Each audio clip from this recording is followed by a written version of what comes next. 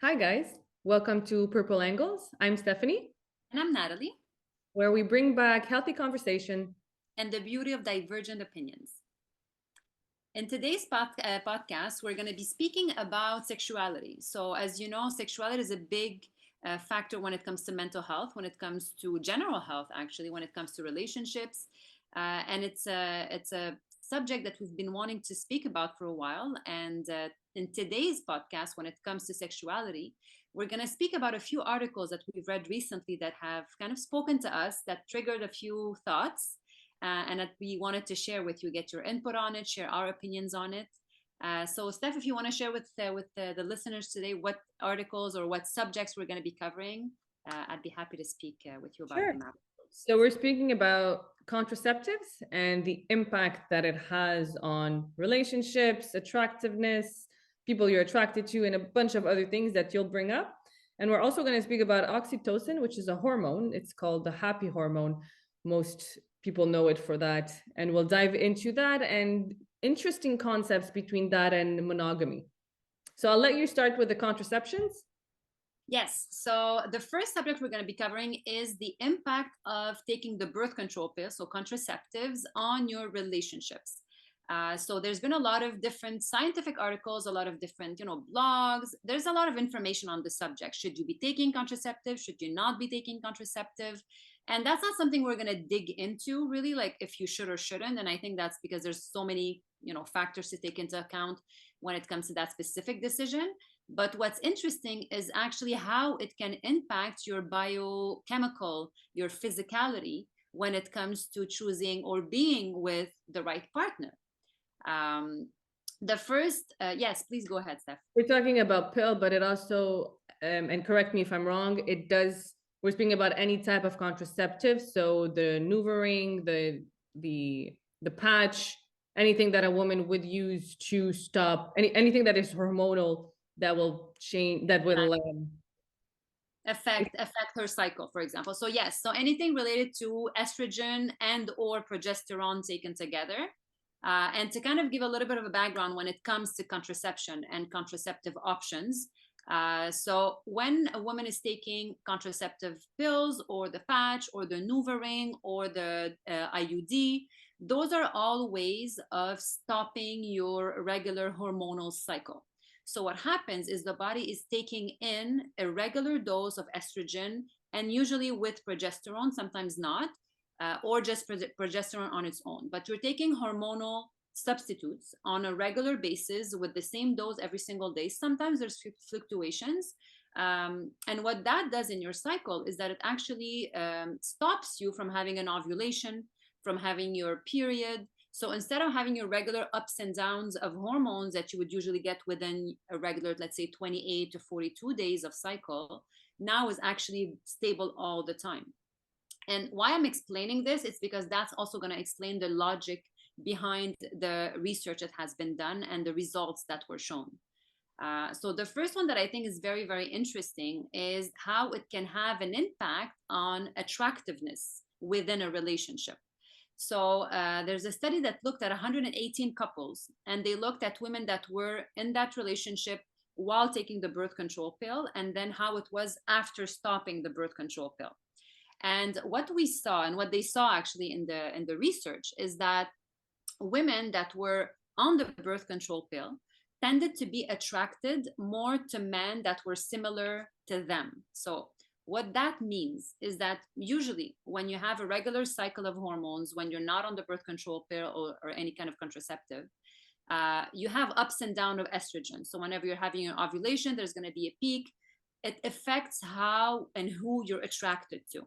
So in biology, generally, women are going to be attracted to someone that's going to be not similar to them. And the reason behind that is because you're looking for a mate that's going to allow you to have a healthy child, a healthy being. And by having this polarity biologically, you have more chances of having a healthy child or having less miscarriages, for example, as well. So you tend to be attracted to, usually men that are going to be very not similar to you, so different from you. when it comes to your energy, when it comes to your essence, when it comes to your biology. And then they saw that women that were actually taking the birth control pill were attracted more to men that were similar to them, which had an impact when they stopped taking the birth control pill. So what happened is that the women that were on it and then stopped taking it started seeing a difference in how attracted they were to their mate or not. So they were actually less attracted to their mate when they were not on the birth control pill if they had chosen that mate when they were on it, which is something very, very interesting. I don't know how do you feel about that, knowing this? I mean, it's pretty, for me, it was shocking when you sent me the article and I'm like, seriously? But I can relate though, because I was on the contraceptive too, and I did changes in my body in the way the men the dates that I had and stuff like that. So I did notice that, but to know that it was actually studied and that there is a real difference in the way that you mate with men and women, between men and women, and now we're just using this, we're not going to get into the trans and all that, we're just going to focus on men and women just for the sake of simplicity. I found it very interesting, but also it seems more natural. I don't know if you understand what I mean. It seems more real and understandable, because by taking a hormone, you're inducing kind of, you're stopping your ovule, like you're maintaining a stable level of hormones, which is not what your body wants to do. So by doing that, it also it's kind of understandable that it could change when you think about it. But yeah. Well, actually, this kind of leveling of the hormones that happens when you're taking the birth control pill not only has an impact on attractiveness. So I was sharing how the type of partner you're going to attract in your life is going to be different whether you're on it or not. It also has an impact on the smell. Actually has an impact, is going to be different. And who you attract through smell is going to be different whether you're on the birth control pill or not. Because as you know, smell has a huge, you have pheromones that are, you know, on a man, on a woman, that attract each other, and that there's also biology that happens there. And similar to attractiveness, when women were on birth control pills, the smell has that they are attracted to is different. Again, it goes with the being similar or not similar kind of aspect of this subject, because if you want to think about it in this way, when you're taking the birth control pill, your levels are normal, right? Like they're stable all the time. It's as if you're kind of mimicking a pregnancy. It's kind of, let's give it kind of like that approach. You're kind of mimicking pregnancy where the hormonal levels are not up and down all the time. So what happens is you tend to attract or feel attracted, you're going to attract the smell of people that are going to be biologically more similar to you, which means more nurturing, more feminine, because you are in that state of leveling of the hormones.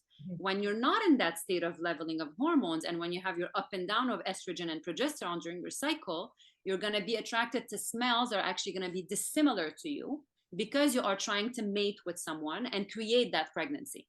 So that also has been kind of interesting. So not only attractiveness is going to be different, but the smells you're going to be attracted to are going to be different because of that level of hormone. Now, the other thing that I also thought was interesting is sex drive. And I think that you can definitely, I know you can speak of as a pharmacist, when it comes to the side effects of the birth control pill, that's something that we've seen. So we know that it can affect your sex drive, your libido. It can affect also your how you feel, so your mental health state. Your depression can be linked to taking the birth control pill. Anxiety has been linked to birth control pill. Gain weight has been linked to that as well. And what we see that when the woman is taking the birth control pill, when it comes to the sex drive, it's actually something that has been impacted negatively. So they are not going to be as aroused as easily. They're not going to be lubricated as easily. They're not going to be attracted or want to have sexual intercourse as often as usual, because of those levels of hormones that are changed. So when I read all this, and when I kind of look at the information, it's very interesting, because you're like, okay, well, you know, like, should I not be on the pill? Should I be on the pill? Should I worry about if I'm choosing the right person or not if I'm on the pill? Like, that's what kind of comes to your mind, right? So what do you think of that, and how would you approach it?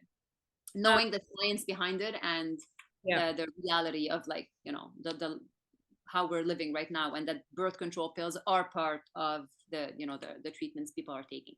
Yeah.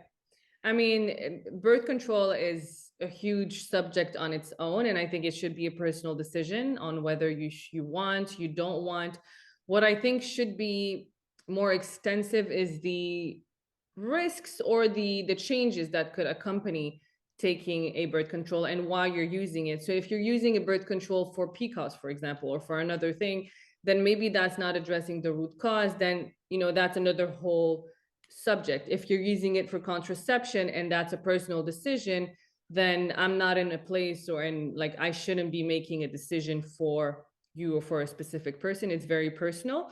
It's to be aware of it, and it's a personal choice. Again, I personally, like, that's me, I went off it because I wasn't feeling well. I tried 4 different ones. It just wasn't working on my body, and I'm like, okay, I give up. Like, I think I'm done with that. But some women feel better with it. And again, I don't think I have a say in how someone should feel. But personally, I do feel better without it. And from what I'm hearing, it does incentivize, like it does make someone want to get off of it to actually see the difference. But again, it shouldn't be based on that decision. It shouldn't be based on who you could mate with. The risk of taking the contraception or of not taking it shouldn't be based just on that. I think it's an overall decision that should be taken. I don't know, what's your take on that? I do think it's an important factor, and I do think it's something to take into account. Is that the only factor that I would take to decide to take a birth control pill or not? Definitely not. Can you meet someone and have it be, the love of your life, even though you're on the birth control pill? I still think you can. Can you meet the wrong person and being off the birth control pill? Totally. So I think it's understanding that there are many, many factors that comes into sexuality and finding the right partner for you. But I do think it is important to be aware of that, to be aware of that specific, portion related to birth control pills and contraceptive, and the subject of birth control pills and contraceptives when it comes to health. I think that's definitely something we will discuss in a different podcast, because we do have a lot to say about that. There's a lot of conflicting data on the subject, and I think it'd be good to bring some clarity to that. But when it comes to relationships, I think for me, it kind of, there's like a little light bulb that came when I saw that study, or those studies actually, because there's many of them on the subject, and it's just something to keep in the back of your mind and kind of be aware and look back on like your relationships, and if you were or not on the birth control plan, and if that could have had some type of impact, because scientifically, biologically, it does make a lot of sense. Is it 100% accurate? Again, we can't say yes, because there's other factors that come into play. So definitely take it into account. Only thing to look at when you're making that decision, totally not. And we'll be happy to speak about that more on a health level in a different podcast. Which brings the subject of when people separate or in a relationship, when someone decides to change in their life, regardless of the contraceptive is one factor that does change the biochemical, the hormones of your body. But there are other things that can change also your biochemical component, which affects your wavelengths, your frequency, et cetera, and including food and exercise. And you often see it in a couple when one of the person in the couple decides that, oh, I want to change my lifestyle. I'm not feeling good. I'm taking my life in my hands. I will start working out. I will start eating better. I will start doing XYZ. And then you see that that person is actually changing and evolving in a different way.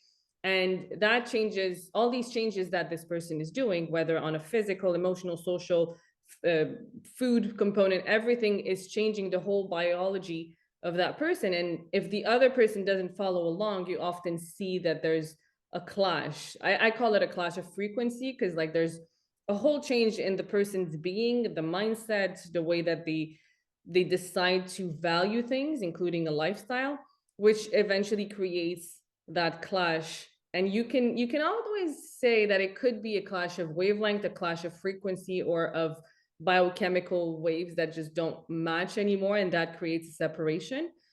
And sometimes they're both going to grow, but they're going to grow separately because, again, everyone is different. And when you start making these decisions, you start changing.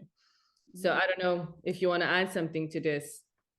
Well, I mean, I totally agree with you on that in the sense, I mean, we are energies at the end of the day, but each human has a set of energies around them. And those energies are dynamic. They do change with how you are as a person, with how you evolve, with how you grow, how you feed yourself, whether it's, food, mental thoughts, people around you, environments. All that has an impact on your energy and on your vibrations that you have, which will have a direct link to who you attract in your life. And the more I think you work on yourself and the more you're aware of that, the more it's going to impact who you're going to be attracted to and who's going to come into your life as your potential partner. There has been a study that actually looked at wavelengths between different people. And I'm just going to bring a little bit of a scientific, point to this conversation. It was a study that was done at Princeton University, and they looked at the MRIs of brains of people while they were interacting. And most of the times, those neuroscientific studies are always done on brains, but in like a very scientific setup. They're going to be like in a lab and looking at parts of the brain in specific situations, but rarely do they do a study where they're actually looking at the brains when people are interacting in a regular environment, like when you have so many stimuli around you that can interact and have an impact. And in this specific study, they were looking at the wavelength of the brains when two people were speaking to each other. Someone was telling a story and the person was listening to that story. And what they saw is that when actually people were connected, and the stronger they knew each other or were connected or had a bond, the more their brains were actually mirroring themselves. So extremely interesting to see that the more connected you are with someone, the more you understand them and they understand you, the more the vibrations are actually the same.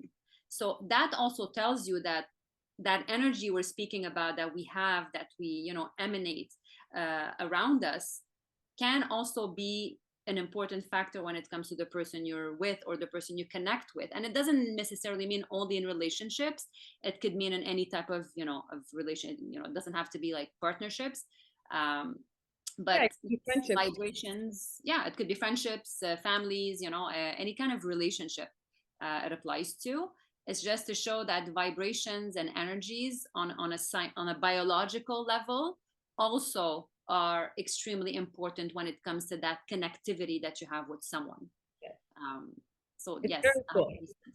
It's super just cool. It in a different way, and knowing that you could actually impact what you want in your life by working more on you. Mm-hmm.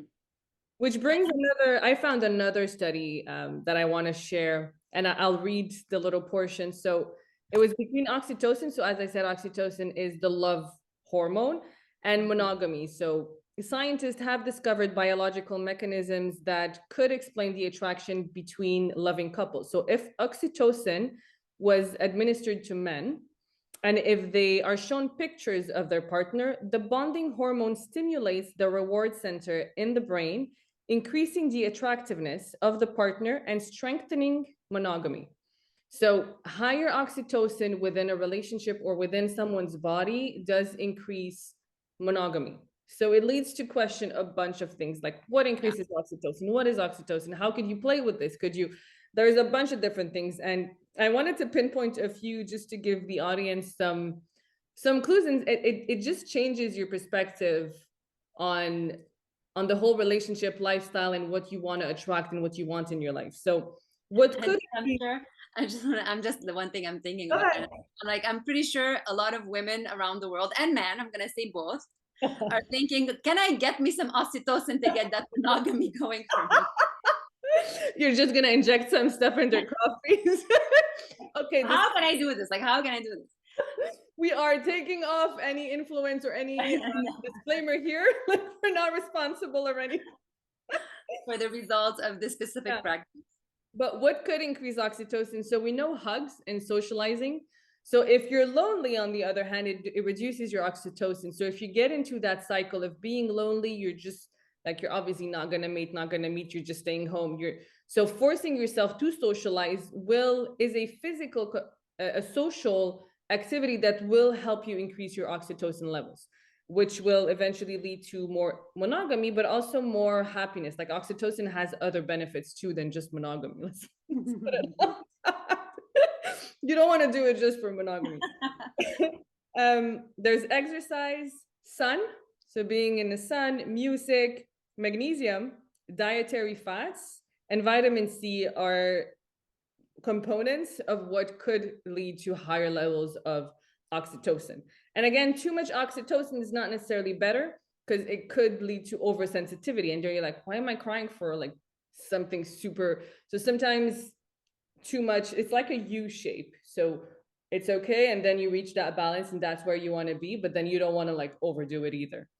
And low oxytocin, so fear when you're stressed, when you're lonely, when you're drinking too much water, actually, like over drinking water, diluted water, reduces your oxytocin. So it's interesting to see that things that we do on a daily basis, exercise, food, supplements, sun, could actually impact how we mate, how attracted we are, how we behave in a relationship, I find it fascinating.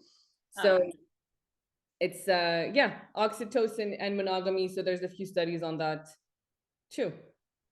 Very interesting. And like you're stating all those factors that come into play when it comes to the level of oxytocin and what can bring it up. And I'm listening to what you're saying, and all that's popping in my head is that it's actually all the things that are pretty normal and pretty like basic. And I know we've had that conversation a lot, and sometimes I think we try to overanalyze, overthink what needs to be done to be able to kind of find that balance within, whether it's health wise or mentally, and it's as simple as going back to basics. Yep. Going outside, Yep. seeing the sun, getting that energy in. Like we should see ourselves as a battery that needs to be recharged by the sun, and we need to be getting out. We don't get out as often. Connecting with people, human connection is extremely necessary when it comes to not only our emotions and our relationships, but to our physicality and how we're feeling, right? The core of me. Exactly. And to the relationship, no, 100%. But I mean, we are surrounded by a lot of virtual or different types of connections that are not necessarily in-person connections. Not saying that virtual is not a type of connection, because it can be. But I think connecting with people in real life and feeling people and hugging and sharing those energies in person are extremely important to your health, to your mental health, and to your sexual health. Mm-hmm. So, and the food you're naming, like we're talking healthy fats, we're talking really the basics of what we know to be like what our ancestors were eating, right? Like what our grandparents were eating, and not necessarily the processed food that we're surrounded by nowadays. So going back to basics, I think that's something that we're probably going to be repeating a lot in our podcasts. But yes. Always. So balance and basics, like double B is like perfect. Yes, and balance. And it was interesting to kind of read all those articles and kind of have the input of science when it comes to relationships and mating and sexuality, and seeing that there are other external factors than just emotions or how you feel about someone, or if your heart is palpitating or if you have butterflies in your stomach. There are other components to relationships, and something I'm happy to be sharing with you today. Likewise. Thank you so much for this and for sharing your knowledge. We'll see you at the next. I look forward to speaking about it more. Yes, definitely. Make sure to subscribe. Send us your questions if you have any, or any requests for other subjects. Thank you.